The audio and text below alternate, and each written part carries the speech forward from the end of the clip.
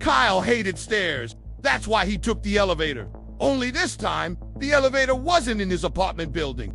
It was in a government facility labeled Totally Not Haunted Nuclear Silo. Naturally, Kyle pressed B99 because why not? And the doors slammed shut with the sound of corporate despair. Muzak played an off-brand version of Smells Like Teen Spirit, performed by pan flutes. A voice crackled over the speaker. "Welcome, passenger. This is your final ride. Please keep arms, legs, and existential dread inside the car." Kyle shrugged. Better than Uber's. Was inside the elevator with him. A man in a chicken costume holding a briefcase labeled "Do Not Open." A goth girl eating ramen dry like chips. And a raccoon wearing a tie, typing on a laptop. The silence was unbearable. The raccoon sneezed. Someone clapped. Halfway down, the elevator shuddered. Red lights flashed. Sirens blew, and a calm robotic voice said, "Warning!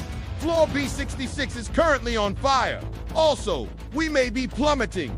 Chicken suit guy panicked and opened his briefcase. Inside, nothing but one glowing button.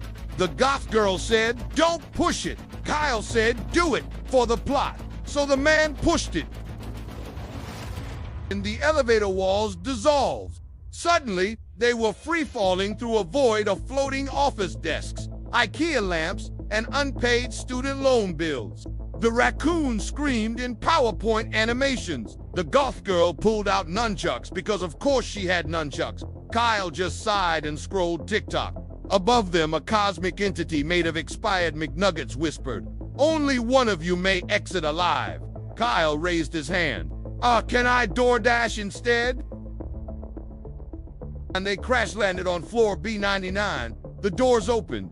Inside was another elevator. Kyle dusted himself off, looked straight into the security camera, and muttered, "Figures! Infinite hell isn't fire! It's customer service!"